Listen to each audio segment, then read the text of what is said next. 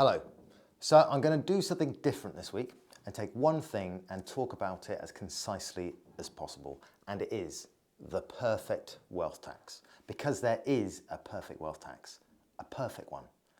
And it's getting missed by everyone. And before I reveal this perfect wealth tax, that's right, just call me Johnny Cliffhanger. It's coming, calm down. But first, I have to separate the ideas of should there be a wealth tax from what is the perfect wealth tax. So we have an inequality problem, and that's agreed by everyone now, while for a long time, actually, it was misdiagnosed. For decades, we've been told that the problem with an economy was lack of growth, so we chased growth, right? And then we were told the problem was with productivity, so we chased productivity. For decades, productivity did grow, capital did grow, but the gains from that growth didn't circulate, they pooled. They pooled into assets, they pooled into housing, they pooled into shares, into capital ownership. And economists like Thomas Piketty show that returns to capital have grown much faster than the rest of the economy. And these aren't fringe views at all. Like even the main monetary institutions of the world, like the OECD and the IMF, the IMF, the International Monetary Fund, the OGs of monetary institutions, they all agree, which is awkward, isn't it? Because when your argument for 40 years has been, no, listen, that wealth is just going to trickle down. I know it's been 40 years, but it's only 40 years. In the lifetime of the planet, that's barely nothing. So just wait, hold. I know you're hungry right now, but your children, if they survive, they'll get some of the money trickling down to them. So that's nice, isn't it? And if the actual monetary rainmakers of the IMF are saying it, if they are saying, yeah, actually trickle-down economics doesn't work, turns out really awkward. It turns out that what it is actually, it's not so much trickle-down as a swimming pool of economics.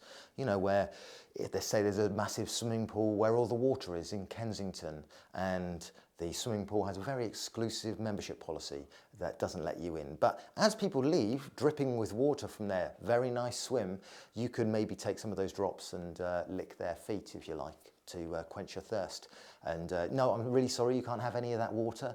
In fact, if you do try and take any of that water, we're going to leave and take our swimming pool to another country. And that wouldn't be very good, would it? Because then you die of thirst. So, you know, you either leave us with the swimming pool or you die of thirst. What do you prefer? So you can lick our shoes with the wet shoes, or you can die of thirst.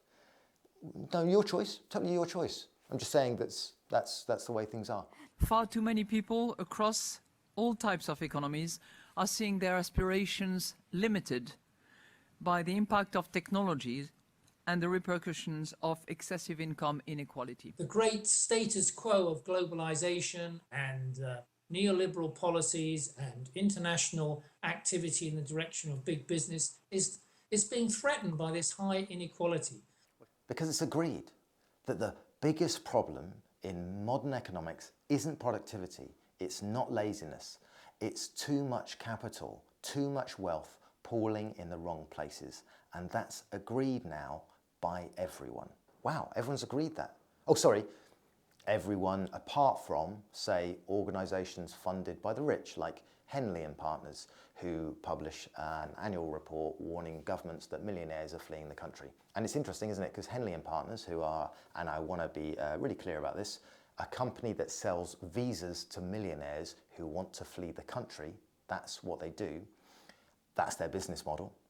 Their research is produced by a firm with apparently one employee. And their methodology has been described as fabricated. And the numbers contradict official data.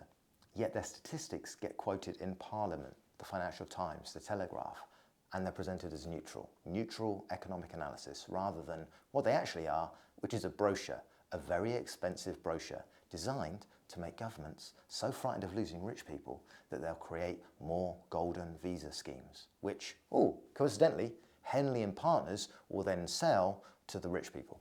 It is genuinely one of the most elegant conflicts of interest in modern public life. So I'm going to say it again. We're all agreed. The IMF, the OECD, stats. Great. Well, we're all agreed what we need to do about the wealth pooling, about the asset bubble. We need some kind of redistributive tax to fix our economy. Great, we're agreed. That's incredible, isn't it? We're all agreed. Fantastic.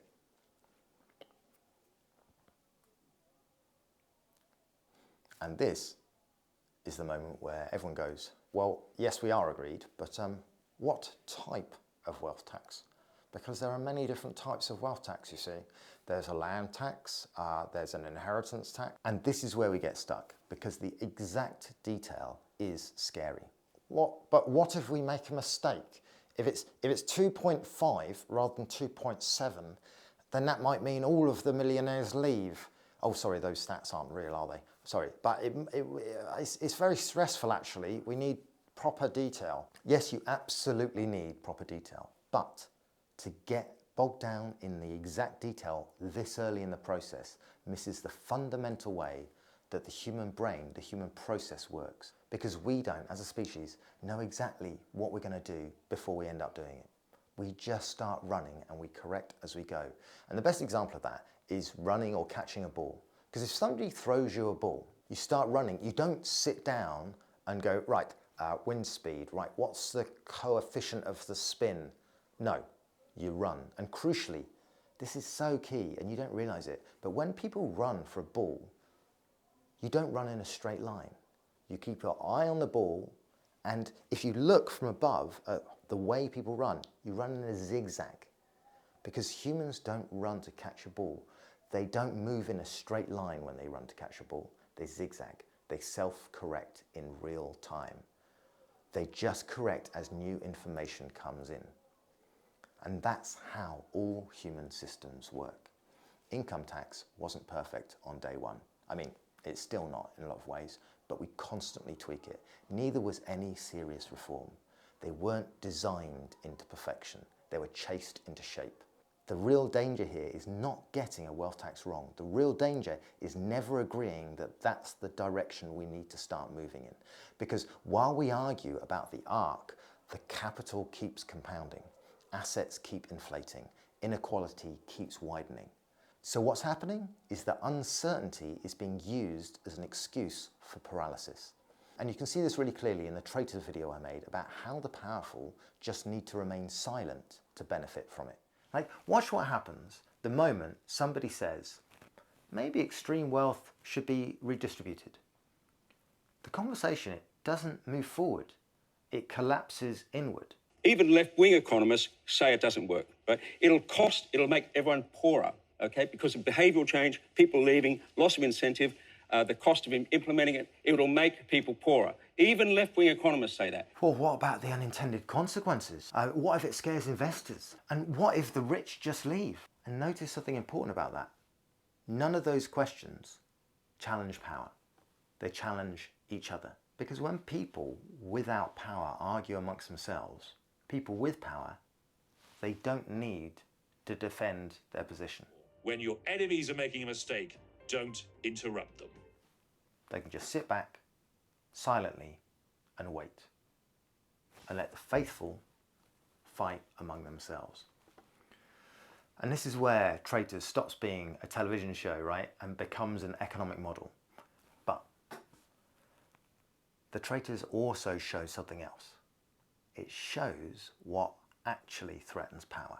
Because when enough people see and say the same thing at the same time, when they agree on a direction, silence stops working as a strategy. And information asymmetry, it doesn't disappear overnight, but its advantage collapses the moment that people act together, because silence only works when people are divided. And that's why we need some kind of wealth tax as soon as possible. Just some kind, not perfect design, not endless debate, just direction. Because while we debate, billionaires are buying up housing, media companies and political influence. While we argue about how it would work, they're using that wealth to make sure we keep arguing forever. Movement matters more than perfection. Because actually, you don't need confrontation to challenge the status quo, you just need agreement. So don't let the traitors keep winning. And yes, when I say traitors here, I'm talking about billionaires. People, or traitors to mankind. People who take 99% of the resources and call it earned success. Honestly, Though I'd love to see a version of the Traitors where one contestant keeps 99% of the food and water. I really wonder how long that would last. I mean, just for the complaints. Though I know one thing for certain, the faithful wouldn't debate those rules. They'd change them in real time. Or there's another way to see it. We are presently in a car driving off a cliff, an inequality cliff that's getting wider and wider and wider and deeper and deeper and deeper. And we're arguing about whether we need to turn the wheel 10 degrees to the right or 20 degrees to the right to avoid the cliff. And you know what? Let's just start turning right. Let's just try to avoid the cliff because it's getting closer and closer. The perfect wealth tax is one that we do. Simple as. Because doing something right now is 100% more important than doing nothing. And that is the perfect wealth tax. And that's not a trick. End of. So when you're in a conversation and people are talking about nitpicking this tax, this idea, that idea, bring it back to, hang on, it's the right thing to do though, a wealth tax, right? That is the right thing.